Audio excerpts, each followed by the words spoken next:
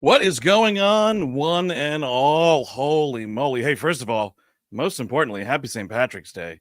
I hope y'all are half in the bag right now because this is indeed the prime time edition of On Screen Live. We'll be talking all about, you guessed it, this year's South by Film and TV Festival. My name is Andrew Jupin. I've got two buds with me this evening that were on the ground with me in Austin where we ate, drank, and sat around watching a whole lot of movies. We're going to bring them in here one at a time. First up, you know him, you love him. And my God, the mustache game is on point.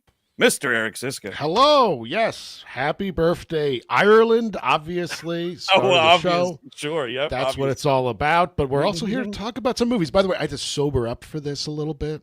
Yeah, you've been going since 8:30 a.m., dude. Ooh, every damn day. Every day is St. Patrick's Day for you, buddy. That's right. Yeah, no, that's right. Were you taking a sip of something right there while I was also looking the other direction? This is water. Oh, excellent. New thing I found out about. Oh, shit. We're going to bring in a great old bud of ours. You've heard him on the show a while back. If you've been following us for a while, he's got a new project that is kicking some ass, and they're kicking ass at South by. So he wasn't just watching movies with us. This dude was actually there working. You know him, you love him, Mr. Sean Weiner. What am I doing here? Is this weird? How did you get here? Look at you. Video. Yes. But you've been on the show. Plenty of people will know you from the show. You've been on a bunch. We've loved having you. Well, thank you. Thank you so much. Yeah. Back in it. Back in it, better than ever. This is exciting. This is a face reveal. Face reveal. Reveal for today. I think I did a couple of Transformers, and that's relevant to our discussion today. You watched Transformers movies? Or No, I was on. I think I was on. I did. Well, oh, you did? Oh, I see. I think I was on a Transformer or two back in the day. Yes. I think an X-Men or two as well. An X-Men, a couple X-Men, and a single Mrs. Doubtfire. A still single Mrs. Doubtfire. Legendary episode. That's like an all-timer episode, man. That's like it felt that way when we did it, honestly. It's like, you know what? This is going to be an all-timer. This show does not have that cred yet, but it's going to be an all-timer. So it was interesting because Sean, you and I have been to South by together before. For in another life, we were there for different reasons. But Eric, it was your first rodeo. That's right, first time. So right. What did you think about the whole experience? It was good. It was fun. You know, it was a little more razzle dazzle than the other festivals. I got to see the back of Ben Affleck's head. Ooh, that thing is gargantuan. Big one. Oh my God, what a melon on that guy. He's got to get special orders for those Boston Red Sox hats. That's taking it to him, man. I'm taking it to him today. You know, I tried to buy. So they had a cool. Sean, you'll appreciate this. They had a cool run of Grateful Dead inspired Knicks hats, but they were fitted from lids, and I was like, it was super expensive, and like for an online buy, I'm not blind buying like fitted hats. I have a Yankee one. It's way too big, so I was like, if I went back from that, what would the size be? You don't know your size. No. I don't. My size is what's the biggest you've got? And it always fits like a glove. I don't know the number, just the top option. Ben Affleck sized. Yeah, exactly. Yeah, give me the Affleck, yes. Totally. That was rad, man. We'll talk about some other people we saw when we saw them or whatever, but I think we should just get into it. A lot of stuff to cover because it is on screen live. So we'll get right to what's going on here. There's not going to be any of the traditional segments, folks at home. We should say we're not going to do highest gross. The box office is actually really shitty this weekend, so it doesn't matter. No trailer segment, nothing like that. It is just straight up reviewing what we saw at South by. So first up, Sean, were you here for this one or not? It Ends. I was in the other theater. We were split up. Oh, that's right. There was the two theaters, like simultaneous screenings in the auditorium. So this was the new one from Alex Olam. No distributor yet on this guy. And it was our first go at seeing stuff at South by, and it was good. It's a movie, like, let's say, see if you guys agree with this. It's a high concept movie, and those are always really hard to land, and this one like kind of doesn't land well. Yeah, it doesn't. They don't know how to end the movie. They have an intriguing concept. The idea is a couple friends visiting from college take this drive. They go down. They make a turn onto this backcountry road. There's your first mistake. And then the road never ends. It's an interesting concept. It's a Twilight Zone-y concept. Yes. I like some of the performances in this movie, but it ultimately it fails. I'm trying to think of a driving rule to make it a driving thing. Oh, they can't doesn't merge. check all the blind spots. Oh, it doesn't merge. That's a good one. There you go. Yeah, you can't parallel park this one. Nope, that's right. That doesn't work as well. For me, it's kind of a all right. This is my more sensitive read on it. It's the movie where it's like, I think this guy deserves a second film. I think it's a smart high concept first feature. First features are tough. And it's like I can see people seeing Alex's second film and just being like, "Oh, did you see it ends?" And it ends being like, "Oh, you see it there. You see like it coming together there." And so I think that's hard when you haven't maybe made that second film yet. But also, it's crazy to try to make a movie, and it's crazy to make like a high concept film. And I think there are a lot of things that work in the film, but yeah. I'm with you. It's funny. A lot of people were comparing it to that movie Primer from the early aughts. Sure. Oh, yeah. I could see that. You know, it's a similar, less like reading a textbook manual than that movie is. Easier to understand, certainly. Yeah. Or is it? Go see it for yourself. Like Eric, you said Twilight Zone, and that's like exactly how I felt. But like, Rod Serling and co. would have like figured out a little bit more of a satisfactory ending. I wanted a guy to walk out with a cigarette, tell me what I just saw and what it means. And I did not get that. In case anyone wasn't paying attention. It's an easy thing to add in. They could still add that in. Yeah, you really could go back. It's you hire a totally separate actor, you freeze frame, and you just have a man walk out and tell you what you. Yeah, that would be. Let me tell you the end of this movie. Let me tell you what the end could be. Tell me what it all means. But it doesn't. I mean, it's still an interesting movie, interesting concept. I think it's worth seeing at some point. Yeah, and it's something that'll likely be, picked up at some point. I don't think it's a thing that anybody's going to be in like a rush to buy. Certainly no bidding war over it or anything like that. But it'll come out, and it'll make it an intriguing rental. I think, Sean, to your point about whatever Alex does next, I think that's like the one to totally check out. We'll keep things going right along with high concept horror sci-fi stuff here. Talking Good Boy, this was a real sensation at the festival. And I have to say, possibly not all because of the movie, but really because they had the dog there on the red carpet. And I got to meet that little guy. And yes, we got to one of the highlights. Indy, the dog from Good Boy, was there. Everyone was starstruck. Suddenly, everyone's given this movie inflated ratings. Sean, did you see this one, or was it just I didn't. No, I was working. That's gonna come up a few times. That was you guys snuck away. This is a cool concept for people who don't know. It's a haunted house movie from the perspective of a dog. So the dog is the main character, and the problem with that is he's a dog. He's a dog. The dog is not talking, which is fine, but how they choose to do it, which is like it's not dog cam, right? So it's not like that kind of first person POV. That's what I was wondering. Mm-hmm. It's not first puppy POV, but it is like everything's like the camera's always lower to the ground. You're always like with the dog, which is cool, but the choice to then make all the people kind of insignificant and they just tell you this sort of vague story and you get what's going on, right? It's like guy moves into this house that his grandfather owned. The grandfather, by the way, played by the legendary Larry Fessenden of indie horror fame. So it's always cool seeing him pop up.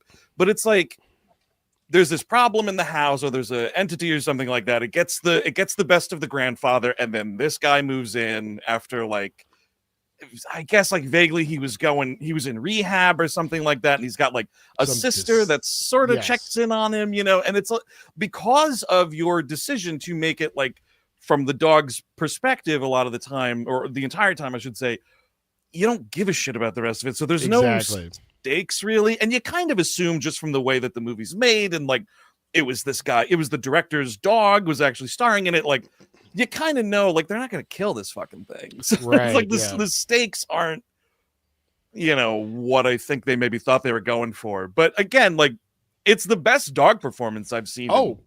I don't know how long. Amazing dog performance. I think Messi is pissed that you said that. I just want to be clear. There's a new challenger. Who was Messi's which one pissed. was Messi? What was it? The Fall, something of the Fall, Anatomy of the Fall. Anatomy of the Fall. Right. Oh, yeah. Messi does a seizure on camera, and you're saying this is the best? No, because Messi's better.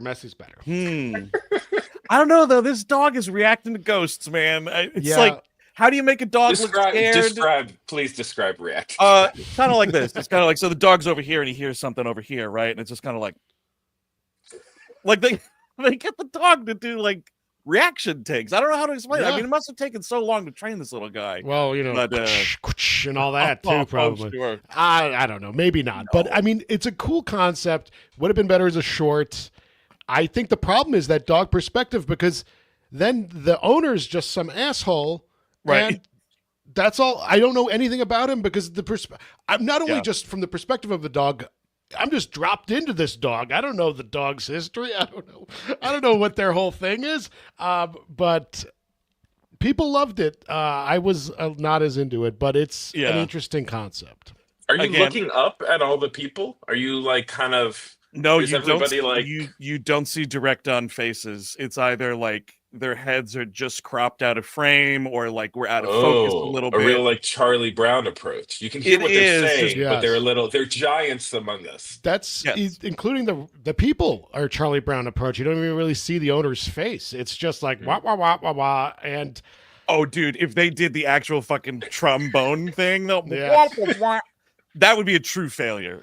It would be awesome and a failure. No, it's really cool. It was this dude's feature debut. So again, it's the same thing like this Ben Leonberg guy. Keep a lookout for this guy, because again, someone's gonna pick this up. It'll be somebody. Yes. You'll be able to rent it.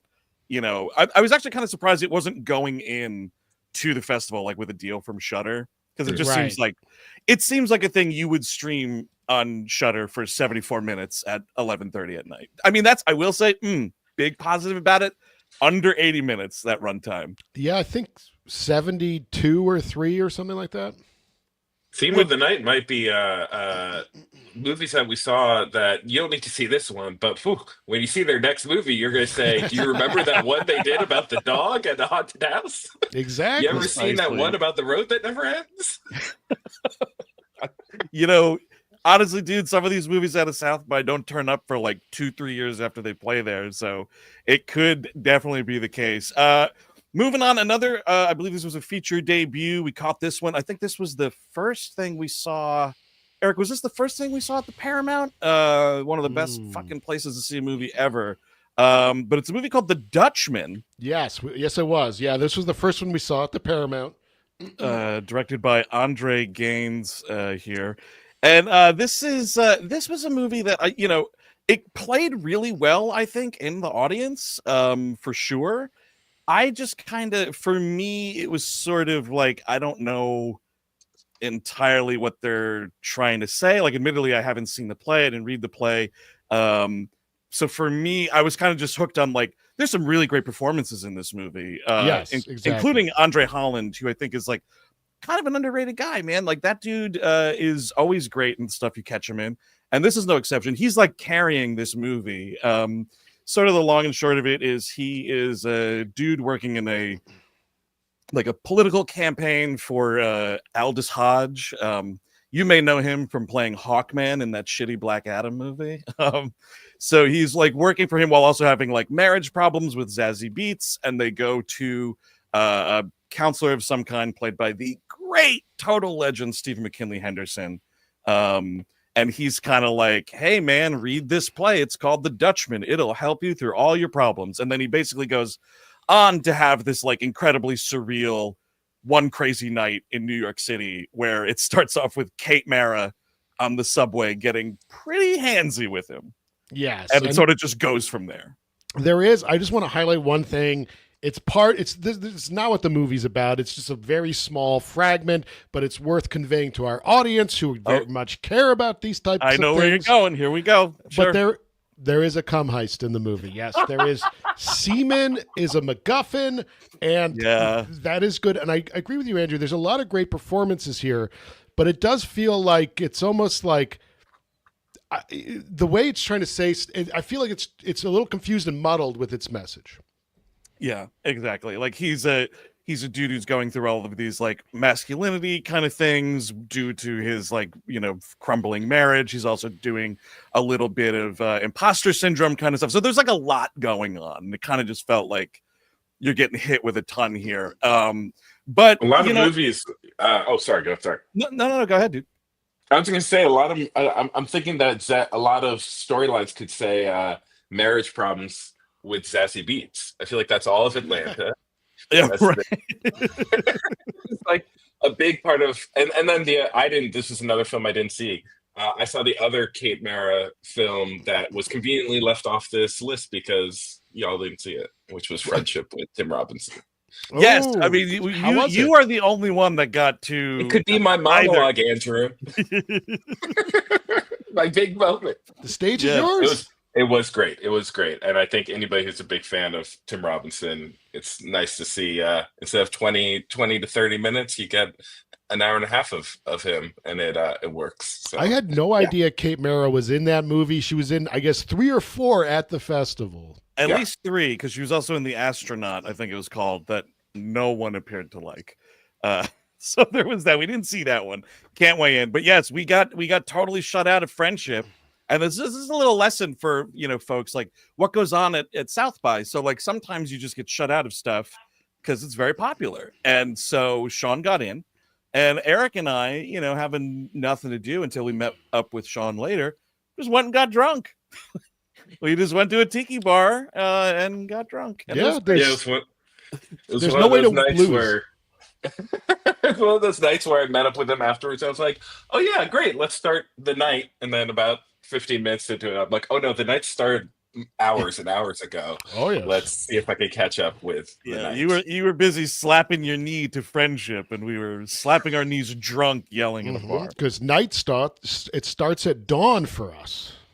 At least today, St. Patrick's. Happy St. Patty's. You got to do it. Again, no distributor for this. I assume someone will find this. I don't know what, like, I always talk about like levels of distributors or whatever. I kind of don't know where this would go. I could see it being like a Magnolia IFC thing for sure. Sort of kind of above that, maybe not. But again, well made. I have to say this about every single movie we saw, regardless of whether or not, it worked for us or whatever. There wasn't a single time watching anything that I was like, that's a poorly made movie. Like everything was crafted, I think, really, really well this year, which was nice. From big stuff down to smaller stuff. Just so happened not all of it works, story-wise or whatever. So this one coming up next was one of the docs we caught.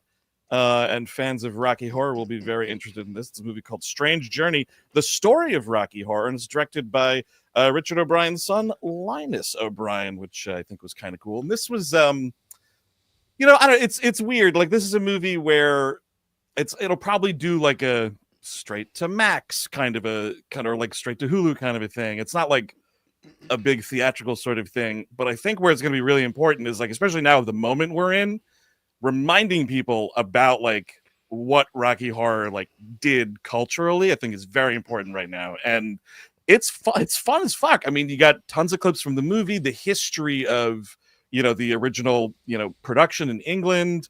Tim Curry interviewed on screen, which was pretty surprising. I was shocked.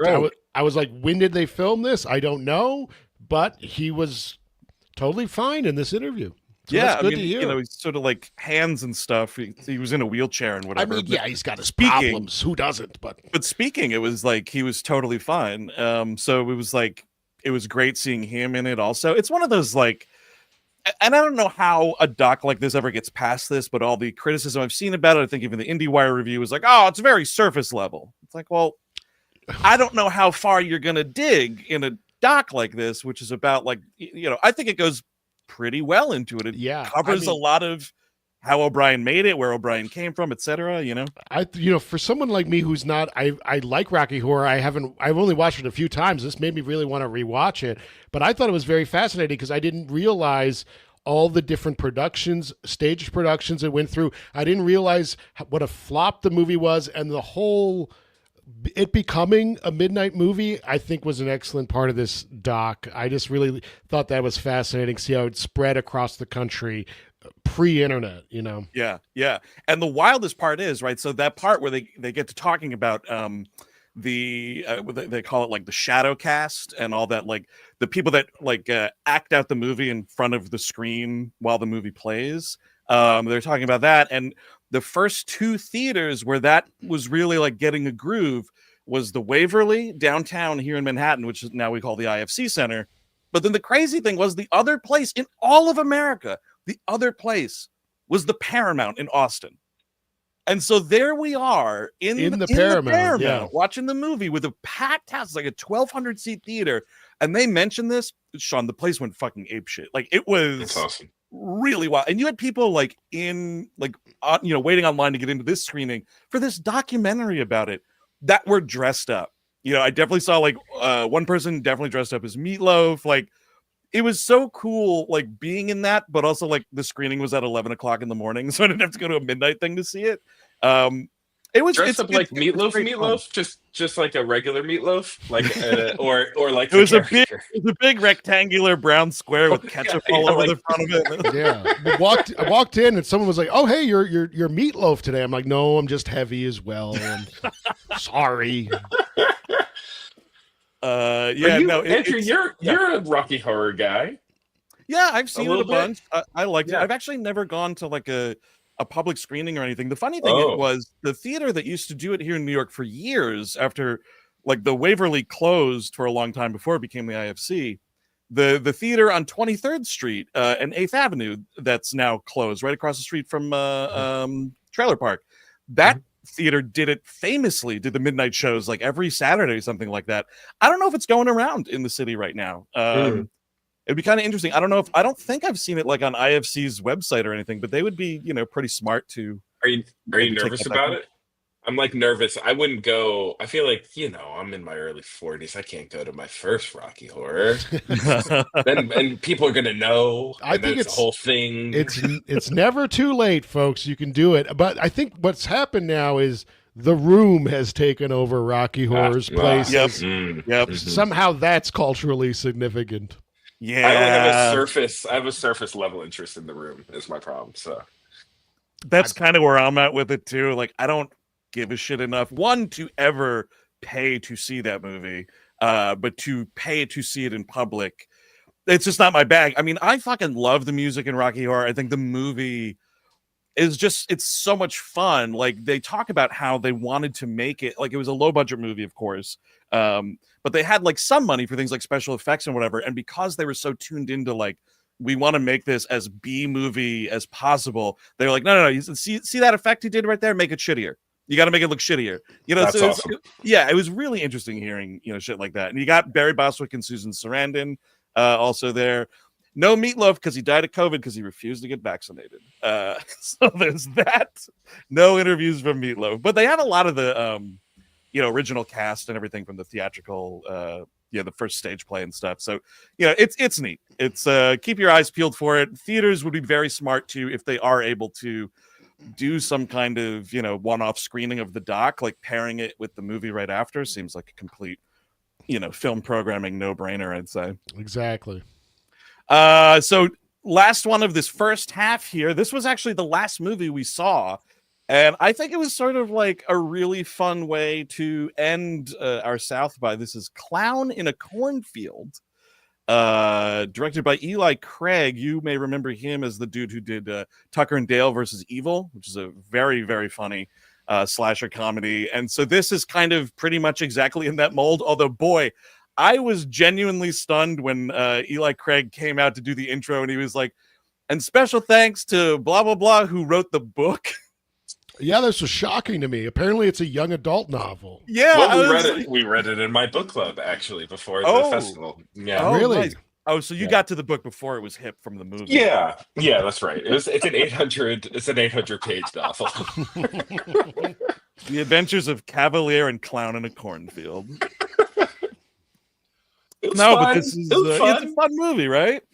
It's totally right down the middle. It's exactly what you expect, pretty much. I will say, amazing Will Sasso performance as the big fat sheriff. Totally, dude. I think that's what his name was, right? No, I think it was just and Will Sasso as Big Fat Sheriff. Exactly. So good. He's good. And what's his name? Kevin Durand. From a ton of shit, obviously. A Kingdom of the Planet of the Apes, most recently. He's like the mayor of this town. It's got kind of like vibes of Eli Roth's Thanksgiving a little bit. It's like a old American town with old-timey values, and there's fucked up stuff happening with the town elders and whatever, and it's up to this group of teenagers to kind of like figure out what's going on. I gotta say, pretty good kills, very funny. I mean, it's got all that stuff that you would sign up to watch a movie called Clown in a Cornfield for. Like, this movie has it all. It is out 5/9 from RLJE and Shudder.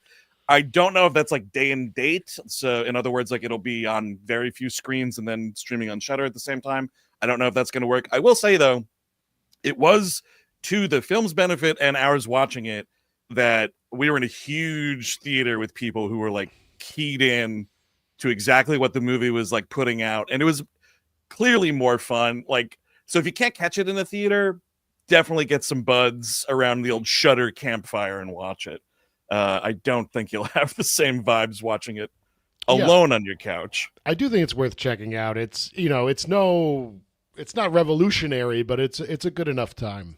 Yeah, no. And all the teens, all the dead meats were good and entertaining. I didn't recognize a single one of them. I think it's probably a lot of first work for some folks, or probably the biggest thing they've done. So props to Eli Craig. I'm glad he's back making a movie that I saw. If you haven't seen that Tucker and Dale versus Evil, by the way, definitely check that out. That's a real like. I have not seen it, by the way. It's a really good like you expect it to be one thing, and it's like the exact opposite of it, and it's really funny at what it's doing. Do they compromise with evil? Dude, spoiler alert! I didn't know. God damn, dude. Bipartisanship. This movie, it sort of reminded me. It was like a Are You Afraid of the Dark aesthetic. Oh, yeah. It felt honestly like, and this isn't meant to be like shit talking about the movie. It felt kind of like a late night kind of snick experience, like a little bit young adult leaning into that. It felt a little bit like it was small enough, and I thought that worked for it, and might help you on your way into clicking play on it. That's actually a really great way to put it. It's like an actually violent and bloody Are You Afraid of the Dark? Yeah, episode. Right. It was made me think of what was a few years ago. Fear Street came out. That's sort of a similar. Yes, yeah. Good call. Great call. Actually, that's exactly the level it's at. So if you like those Fear Street movies, I dug 2 out of the 3 of them. You will totally vibe with this movie. So we'll take a quick break here. Just plug some stuff we have coming up. So, as you know, UK and European listeners, barring some more continued fuck-uppery on our end, we will be in Oxford this July at the Oxford Comedy Festival. We're doing a 6-show, 3-night residency, July 18th through the 20th. It is now over half sold out, folks. So you want to get on them ticks. You go to our website, whmpodcast.com, click on that tour tab. And Andrew, people have asked, are you touring the rest of Europe? Are you going to Ireland? Are you going to Germany? No, we're not going anywhere else. We're doing just this. And you could, honestly, it'll be fun for you to come and see us. That's right. Do this podcasting gauntlet. 6 shows in a row. Yep. Come to them all. When you get to Sunday night, we're just going to be sweating. It's going to be gross. Tired. We're going to be like Hulk Hogan. You're going to have to like hear it from the crowd to like finish the show. That's right. I want adulation. So you'll get it. You're fucking going to get it. Don't worry about that. And, a lot of people have also been asking Eric, like, hey, are you going to bring, merch for sale? No, because that is a pain in the ass to travel with. But the solution is you can go to our merch store right now. Head to our website, click on that merch tab, buy whatever you want. We'll sign it, whatever, including the tour poster that Felipe did, which is just fucking great. It's beautiful. It's awesome. It's so cool. We appreciate you helping us get around those tariffs by buying it from our merch store instead of us shipping it. That's exactly right. But the cool thing is, too, when you do that, you are helping our 2025 merch initiative. That's right. All through 2025, we are donating every penny we make from our merch store to the Center for Reproductive Rights. Because shit be terrible out there. So that's the small way we're trying to do our part here. That's right. No profit will go to us whatsoever on any merch throughout the entire calendar year. That's right. Foul in the chat just says, this just in. Trump issues executive order to shred passports for all podcasters. Yeah, actually see that happening. So well, we're going to pivot to a virtual show. Big marker out. Whatever. So yeah, check all that out. It's going to be a lot of fun. And if you do the merch thing, you're kicking into a good cause. So, Sean, you were here watching films with us at South by, but you were also here for a different reason. You're one of the co-partners of a great org called UFO. You want to talk about that a little bit? That's me. Yeah, sure. So I cool logo, by the way. Sorry. Ooh, thank you. I run a nonprofit called UFO. It's more than anything, it's like a filmmaker development and filmmaker support organization, and so we do residencies with feature filmmakers where we give them time to write or time to edit their films. And the reason I was there was we also do a short film lab that's based in Brooklyn at BAM, the Brooklyn Academy of Music, where we kind of bring folks in, give them about a year and a half, and they make 2 short films over that time. They're folks who kind of know how to make films, but as anyone in the film industry knows, the only way you get to be the person who makes a film is usually you have resources that you can use without any challenges there. Also, or you have like a proximity to power or to like an insider track. So what we're trying to do is just take free applications, open applications, and pick 3 or 4 people every 9 months, bring them in, and we will back them. We'll give them $10K behind each of their short films. We'll meet every week. We'll introduce them to the industry, and we'll hopefully see those films get out there. And this was crazy. A film by a filmmaker named Kevin Chen-Ming Yu called Fishbones was our first film to ever play at a film festival, and it premiered at South by Southwest. So I was thrilled to be at South by celebrating that first film's premiere. It's a wonderful film. Really, I've seen it twice. Yeah, big fan. You're one of the few, actually, because it's only played once at a festival. It was really awesome, man. I mean, I'm no stranger to seeing the work you do for this, but I have to say it was really great being in South by and like seeing Kev outside the theater where their film was playing.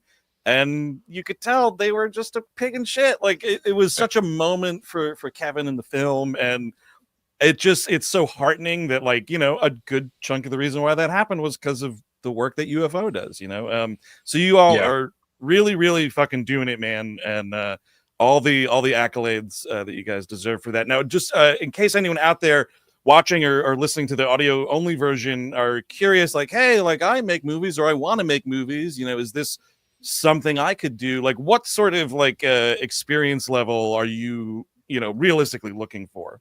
Yeah, for sure.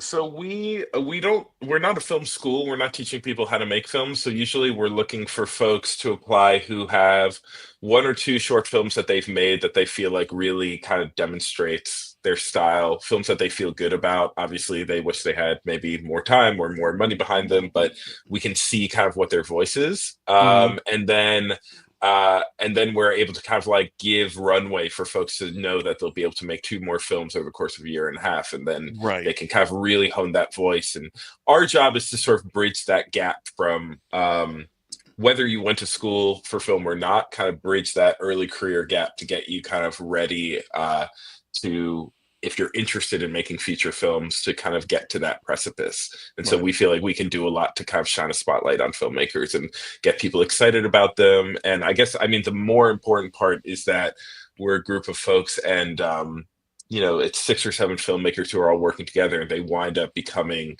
kind of like a cohort or community unto themselves. So you kind of are able to engage with what is a pretty harsh and unforgiving industry with like a group of other folks who are kind of figuring it out as well. And that helps with everything that you pass through later on, whether it's like further labs, financing a film, dealing with lawyers and contracts. All that's super intimidating when you're doing it solo. So we provide a community to be able to do it amongst others. That's awesome, man. And yeah, I mean, if you ever get to see any of these premieres when they happen at BAM, I mean, it's so great. You see this like camaraderie amongst all the fellows. Like they've all sort of like cross-pollinated each other's work. Like it's a truly beautiful thing, and kind of like the way I wish this industry was like steered towards at all levels. So it's really fucking great. You just finished a submission window. So again, for folks who are curious or maybe listening to this after the fact down the road, like when is the next time you're going to open for submissions? Yeah, so we're just selecting next week. That semester will run till the end of December, so it'll probably be towards the end of this year, end of 2025, where we'll open up submissions again. Just takes a while to bake a movie, y'all. So sorry, but we'll make sure to remind you when submissions are open again.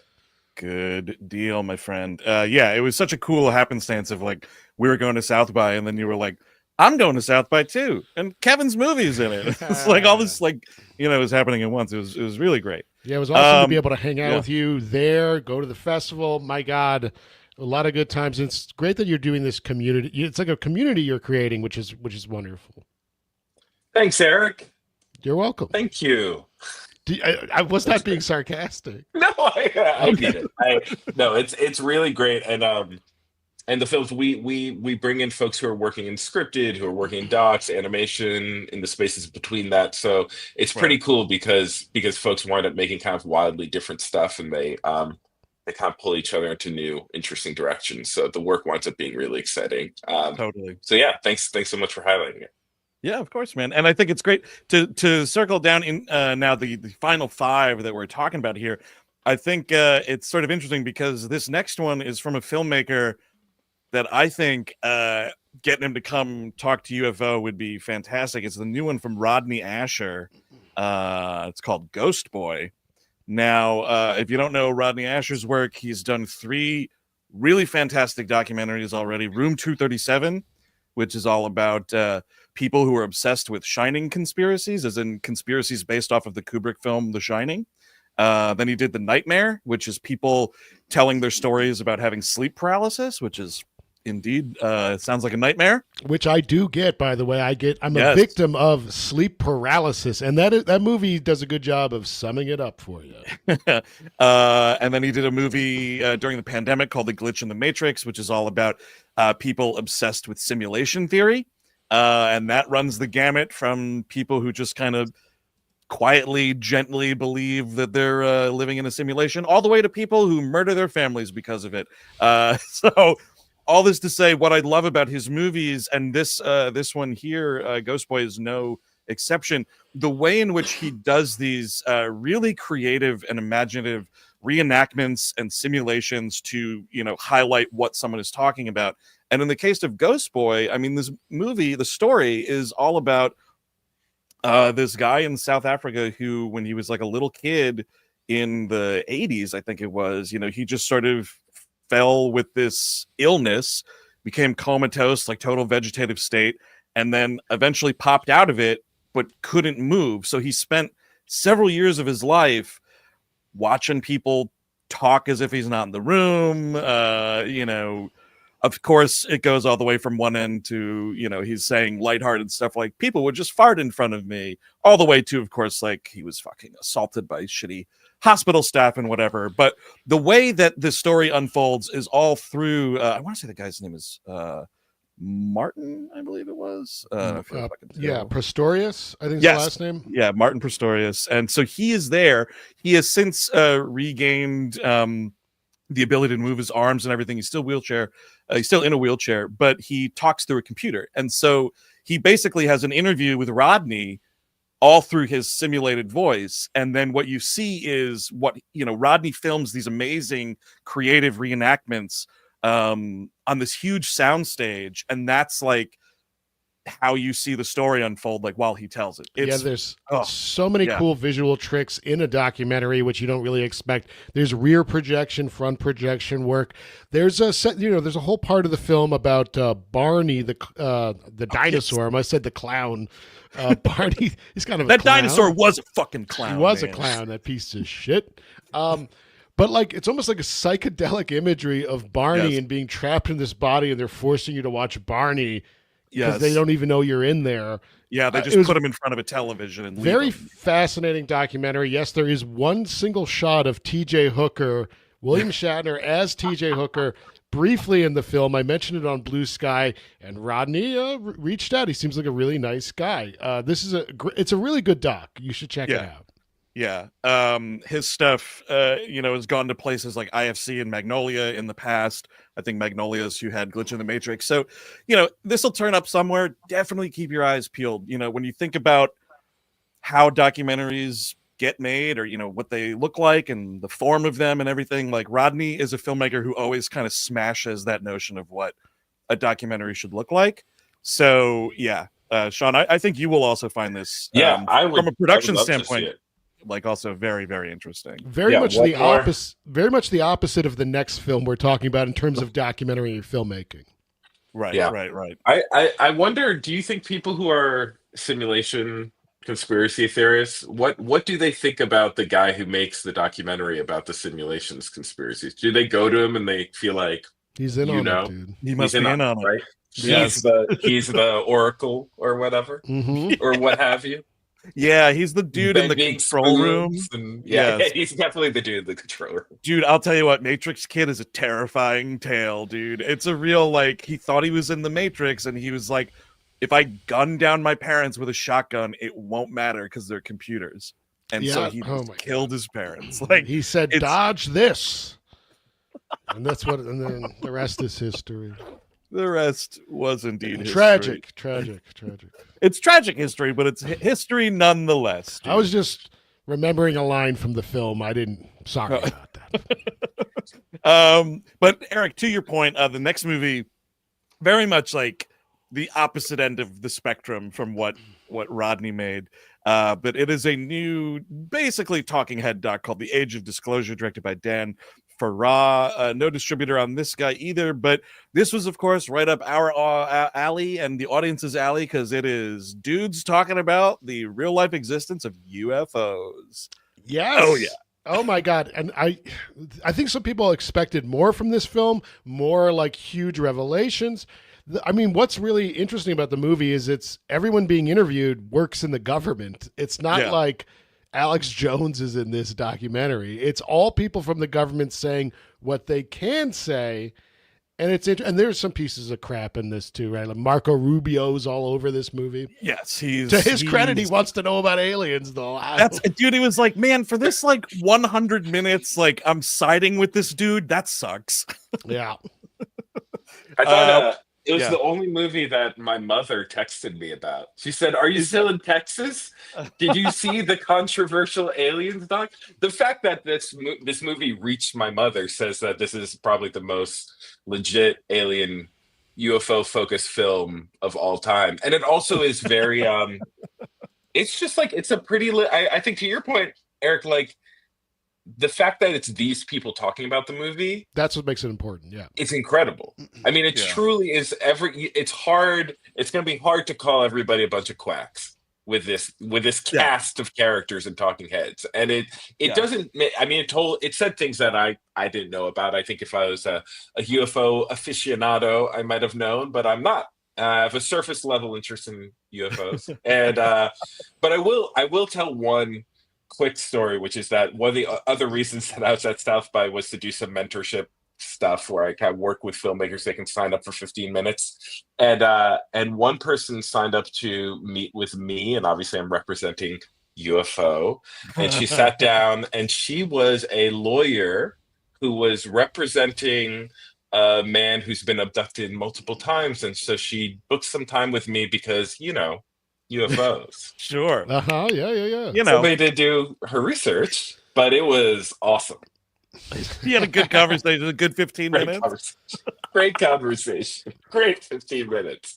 It's amazing thinking back to like you saying like, people must be talking about this movie if your mother knew about it. And I think like that's totally right. Also, because nobody has this movie. So nobody's like been promoting it really outside of South by and like probably like alien enthusiast circles or whatever.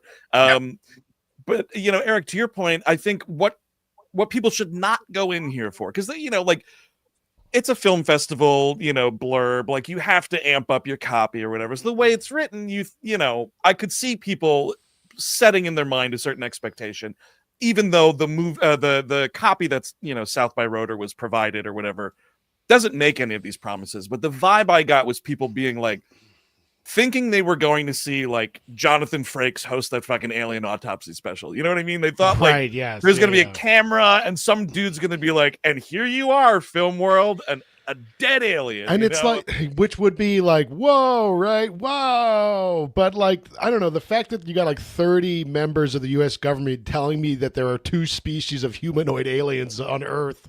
Yep. It's pretty big to me. Maybe it's all a psyop or something. But then again, the movie's not even picked up yet. So is it going to be buried? What are they hiding? Right. Yeah. I mean, you can easily submit something to like have it streamed on Amazon or whatever. But like, yeah, I don't know. It's going to be one of those like, who takes a chance on this movie? When I think I'd be shocked if a major distributor did get behind this movie. It's it's a full thing. It's a full thing that people want to see this because it's a great way to look away from everything else and look at something that everybody's curious about. And if we're talking about bipartisan efforts, it's a great movie for that too. It's just like you got Kirsten Gillibrand and Marco Rubio talking about some alien people, and everybody agrees. Yeah, and Sean, you're right. Everyone is interested in this movie. Who did we see on the way to the bathroom afterwards? Ooh, the Michael Bay. Michael Bay was in the audience with us to see this, and that's amazing. I think it's great. I mean, because like he didn't have anything to do with the movie. He was just like legitimately interested in it and went to see it. His mom texted him. You still Texas? Go see that alien movie. He was legitimately confused as to where the bathroom would be, which leads me to believe that Michael Bay has not had to find his own bathroom for some time. No, there's usually a guy with a little pan following him. We'll talk about more with Michael Bay in a sec. But one of the highlights, we're down to the final 3 films here, and all 3 of them were definitely highlights for me. But one that's coming up pretty soon by a pretty big guy. That's right. Drop, the new one from Chris Landon, coming out the 11th of April. So just a few months from now. Universal's putting this out wide. It's a Blumhouse production, of course. This is a movie that, like, on paper seems like it would be really annoying if not executed so precisely. And man, Landon does it, you guys. Like, this movie it's like tight. It's fun. It doesn't like fuck around. There's not a lot of fat in this movie. Like, it is straight thriller, gets right to it. I really dug it. I liked it. A good time. Yeah, I liked it a lot as well. Like the containedness. We've had a lot of contained thrillers lately, like Trap and shit like that. Totally. And I like this trend, and I think it's. I feel like it was almost marketed a little bit like a horror thing. I guess it sort of is. It's scary if there's stuff happening to you, but it's more of a thriller. Sorry, Sean. What were you saying? No. I thought it was great too. I thought it was a great time. It reminds me of like, I don't know. There's something really Hitchcocky about it. It feels like we're bringing back. I mean, maybe that's the idea of the contained thriller, but there's something really fun to play in like a singular space. And I think the only detriment for this film is that probably within 2 years, nobody will be able to make sense of the technology being used in it. It's like you have to know what it is to airdrop something to somebody, and I'll admit I only barely know what that technology is, and I'm ready to move on. I thought Age of Disclosure was going to talk about this airdropping shit I've heard about, because I don't know anything about it. Dude, it came up on we actually on this show several weeks ago we did a trailer reaction to Drop. And it was revealed there that also Steve Sadak, no clue about airdrop technology. I use it every week. Wow, you're a scientist. Yes, very much. No, you're totally right though, Sean, because it's like those movies now where it's like those like Unfriended and those kinds of things where it's like those like computer desktop movies, and it's like they're using like iMessage and whatever else, and you're like, I don't know, man. In 10 years, is anyone going to be able to follow this? Are you going to like bars and airdropping like you want to listen to a podcast to people? Oh, we should do that. We should do that. We need to market this thing. This is a sinking ship. That's it's not going well. When I use it for one specific thing. When I have I use like an app on my phone to make promo images for the show, just like a layout app or whatever. I make that image and then I airdrop it to my laptop so I can like post it places. Bro, me too. All my airdropping is to myself. It's just a feedback loop between this laptop and this phone. Oh yeah, I'm never going to be like sending unsolicited photographs. It would be illegal to airdrop anyone but yourself. Yeah, I mean that's right. It's way more of a Chris Cabin thing. Funny quick story here though. Another thing about like this festival that's different from some other fests around the globe.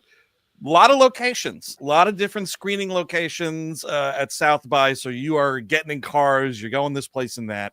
And we were going from one movie. I don't remember what we were coming from, Eric, but we were going to see Drop. Yeah. We called the car. I think it was actually we got out of Good Boy maybe. And we were calling the car. And folks, I got to tell you, the car pulls up. Wouldn't you know it? It's a Waymo.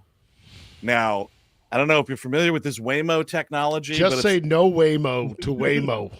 It is the same thing that John Mulaney uses, the little delivery guy. That guy, it's a car version of that, where they have like this deal with Uber where in Austin and I think San Fran, they were rolling out large fleets of these things. And I was like, all right, I'll roll the dice to see if this will happen. So you can like edit your Uber settings to say like, I opt in.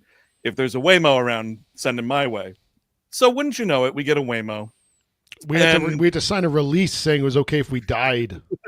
Well, I have a little bit of our reaction driving in the car. Oh, no. Just take a look at this real quick. Here's Eric and I in Austin. I didn't know about this. Racing to see Drop in Waymo. We may use interior cameras, check on riders, improve our products, and more. We're going to die. Microphones are only on when you're connected to Waymo. Hey, it's Waymo. We can't hear you. You can also use the app or passenger screen to speak to a rider support. Do you fill in the last will and testament here? I think. So there you go. Now, I got to tell you, first of all, very smooth ride with Waymo. There was a lot of dudes driving us around Austin on the fucking phone. This, that, and the other thing. Waymo just wants to get you where you're going. Yes. That's all. Someone asked. Waymo doesn't care. Someone in the chat is asking if we survived. No, we're ghosts, and you're a dog. Ghost show. But the funny thing was, the only time we had trouble with the Waymo was when they were doing screenings at this one hotel. So Waymo pulls up, totally fine. We're getting out of the car. Doesn't this valet guy slam the door on Eric's fingers? Yes, my thumb got smashed by Waymo's door, and somehow Waymo was not at fault. It was human error. Human error, dude. Don't blame Waymo. Blame Wayne. Well, Did Waymo? Waymo. We were going to make him a robot, too. Did Waymo talk to you the whole time? Like she was talking to you during the video? Pretty much, yeah. Bit, yeah. It was like, yeah. Yeah, I know your quiet rides preference, Andrew. So I don't know if that was great point, dude. But I will say this: Waymo was not expecting me to respond. Waymo's just telling you like security things, like don't open the fucking door, that kind of stuff. Other people, they're expecting me to talk back. Waymo don't care none. So that's, I don't know. I'm not doing a paid ad for Waymo here. I'm just saying Waymo keeping it buttoned up. See, we'll balance it out. Waymo, terrible service. I would never recommend it. See, it's not an ad. Perfect. So there you go. I just wanted to show that video because I thought it was very funny. We weren't sure whether or not we were going to make it to that screening live, but we were there and we saw it drop. But speaking of Michael Bay, of course, one of the highlights for a lot of folks was the new documentary. That's right. Documentary nonfiction from Michael Bay called We Are Storror. It's a doc that sort of follows the history, the evolution of this 7-guy parkour team from the UK. Man, some of this footage, like this is a real, I want Michael Bay to use all of his powers to get this movie at least a couple screens on an IMAX, because like, good God, can you imagine? Yeah. I loved it. Honestly, this was, I talk shit about Michael Bay forever. What I love about it is like you said, that footage, and my God, it was just electric in the room. You read about, there was a standing ovation at South by South. That was me. They wrote about me in the newspaper. I was like, come on, everybody. You did this to people. You went like this. Yeah. Get up. Get the fuck up. It was great. It was fun. Yeah. Michael Bay was there. Oh, go ahead, dude. Oh, no. Oh, yeah. No. You say that piece. I'll say another piece later. No, so Michael Bay was there, which was cool. I mean, he did this intro. He got all the guys up on stage, and you could tell he did not want to use this microphone and wasn't sanctioning microphone-related buffoonery, and he just, like, started projecting into this auditorium, and I was like, that dude's a director. Like, the way he just fucking, like, took that room and was like, is everybody with me? Excellent. Here we go. And it was just like, you only feel electricity like that every so often, but the laughs that he was giving was outside. We're waiting on the line to go in. There's people not seeing the movie. Did you take a video of this too? No, I did not. But like the autograph thing is something I'll go to my grave not understanding. And these folks were out there with like Bad Boys posters, like clipped to huge, wooden boards, and he was clearly like, oh, I got Will and Martin to sign it, Téa Leoni signed it, now just he's left, and just like an army of people. And like Michael Bay gets out of this car and you're like, yeah, right, good luck, guys. He visited like every single person on that line. He was signing stuff. Like, I was genuinely surprised. Seemed like a very nice guy. Yeah, very but nice. This is just like, another thing that I really liked about it is the theme that sort of goes through the movie, because like these are guys that started doing parkour when they were like fucking around as like teenagers, 15 years ago or whatever. And now they're like in their early 30s and it's getting harder to do parkour. And so I just loved this theme of like, when you love doing something, and like, just like any athlete, right? You're getting too old and like your body can't do it anymore. It was interesting to see that from the perspective of like batshit crazy parkour guy. Yes. Yeah, for sure. Is that what's going on with you guys right now? Like, do you like your vocal cords aren't working and you're like, oh, I'll never fucking be. Yeah. This podcasting that you're doing, you're gargling. Every stream is like, is this the final one? Will I die doing this? But Andrew, to your point, like, I do think because it's a doc and these are real people going through real things, there's more human emotion here than Shia LaBeouf and Transformers. Like, It is a great Michael Bay movie. I could not believe the things that these kids do. But at the same time, you could maybe knock this as being like, well, Michael Bay condensed their YouTube channel from the last 10 years into a film, which is a fair criticism. But I'd rather experience it through someone's vision than go through all the clips myself. So I got the good ones. I got the highlight reel from Michael Bay. I'm good on parkour videos now. It's also nice to see it on the big screen. It's like, it's so much more. I mean, like you said, Andrew, about it being on IMAX would be incredible. I do feel like there's a lot of Michael Bay love here. I feel like we should come down a notch, because it's like, you can't. Yeah. And I'll highlight that he introduced there's seven guys, right? 7 guys in Storror. Two of them had missed a flight and couldn't be there. And so he had to announce 5 guys, and he got through 2 or 3, and then he had to whisper to one of them to check on the names of the guys he was calling up to this. King shit right there. Listen, as someone who was once chastised by Sam Waterston for pronouncing his name wrong, I get it. You don't want to say someone's name wrong. And, and who knows with Michael Bay, but I know personally I'm fucking terrible with names. Eric Smith, right? That's it. That's me. But yeah, I mean, that was pretty funny. I mean, it was awesome though. Like him, I mean, we watched the movie like fucking 5 feet from him. Like he sat and, watched the movie and everything. There are a couple moments in that movie was like that elicited a genuine, like, huh! Like I was really like, oh fuck. I mean, these are people jumping between skyscrapers. It's insane. Yeah, and spoiler alert, sometimes they're not going to make it. And so that was part of what was really intense was the fact that the film was willing to kind of go into the moments of real accident that happens and how they cope with those things. Which you really have to do, right? Like, because kids at home, I know you want to jump off a building, but don't. You could fall. You could. I don't know if you knew this. You could fall off of it. The whole problem with buildings is you can fall. One thing that was interesting is that Michael Bay, when we saw him I think it was the next day, we saw him at Age of Disclosure at the UFO doc. And wearing the same clothes, we should say. Same clothes, that's what I was going to say. Oh, you were? Clothes. Which to me is more that he's like kind of like he's space age. He's just got like a single outfit that is his outfit for right now. Ernest P. Whirling that shit. I love that. Yeah. That's how you travel light, dude. Because also you got the funds where you could have like your hotel doing nightly laundry for you, and it doesn't matter. So, you think he has one outfit? It wouldn't surprise me if he was like laundered every evening.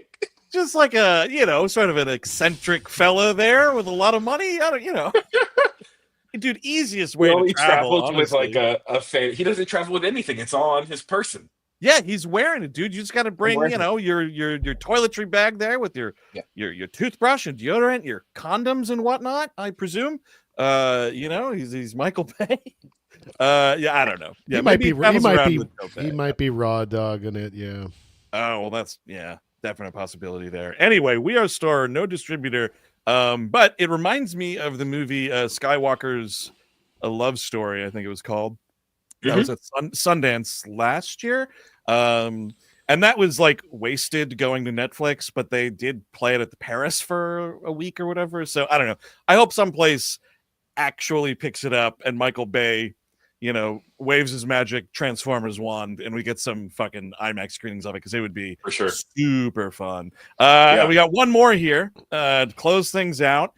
This was a late night one. Sean, you unfortunately could not attend. I saw the first one with y'all. You did see the first one. Which was terrible.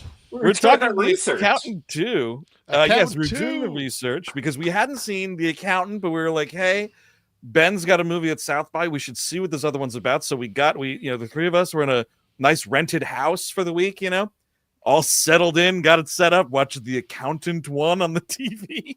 And going into Accountant 2, I was like, man, that Accountant 1 sucked. It was like high on its own supply. Yep. Way too self-serious, boring as fuck.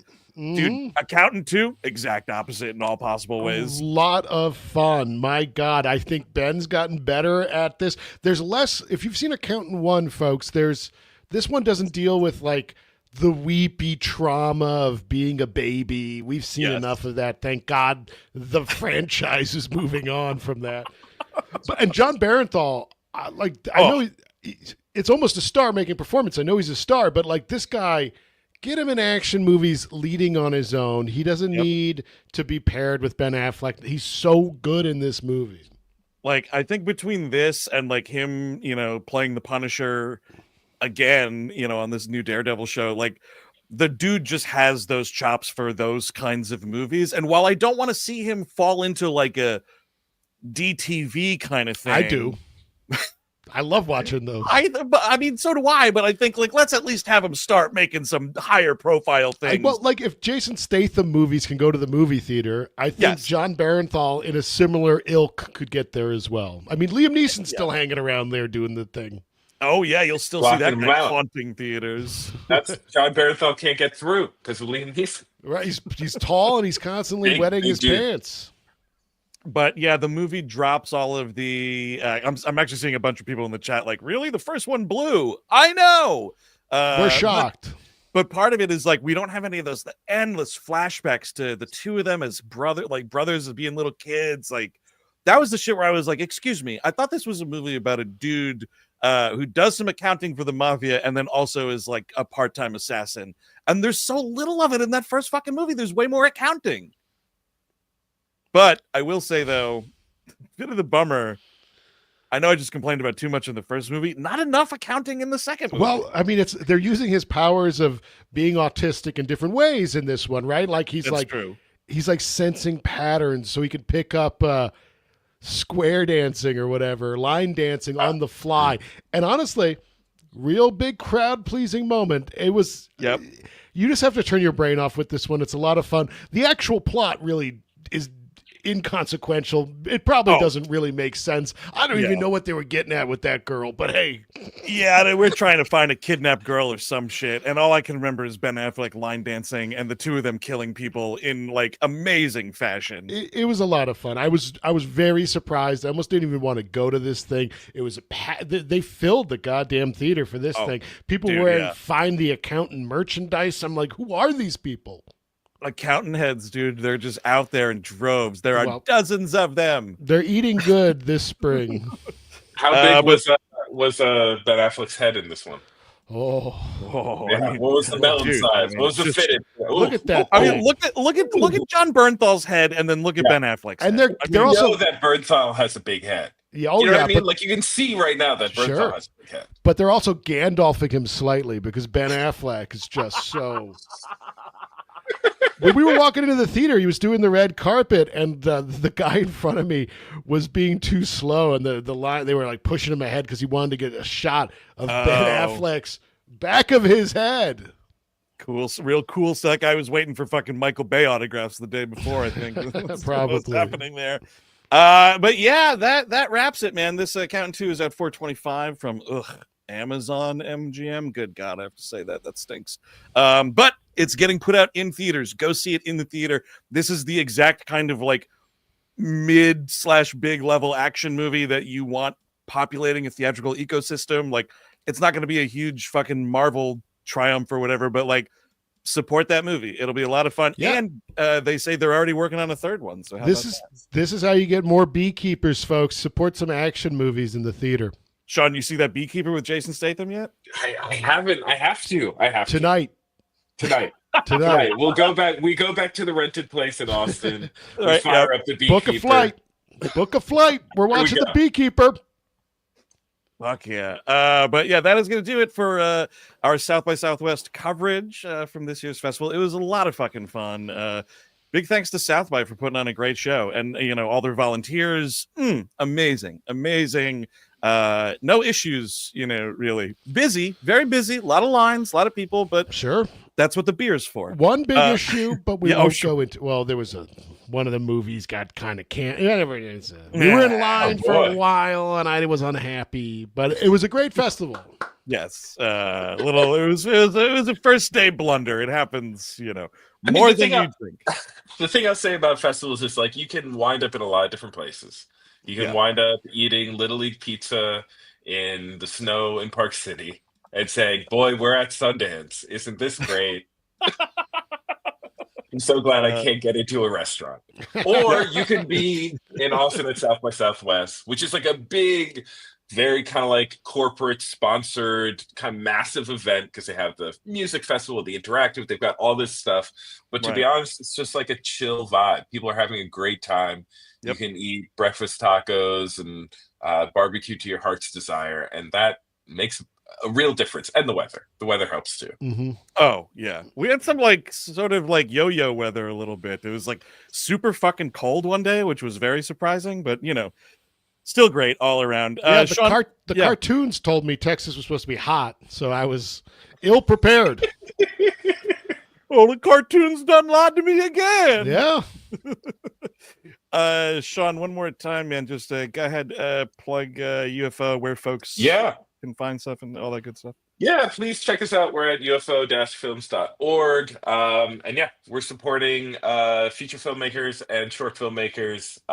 If you're working on stuff, feel free to find us on Instagram. We'll always announce when we have opportunities open. And for feature folks, we're always tracking films so that when we have a residency to give away or some kind of support to give, we sort of figure out who fits that from the folks that we're tracking, and we reach out and see where they're at. So thanks so much for having me too. It's great to hang out with you fellers. Thank you. And thank you. Honestly, thank you for what you do. I'm applying.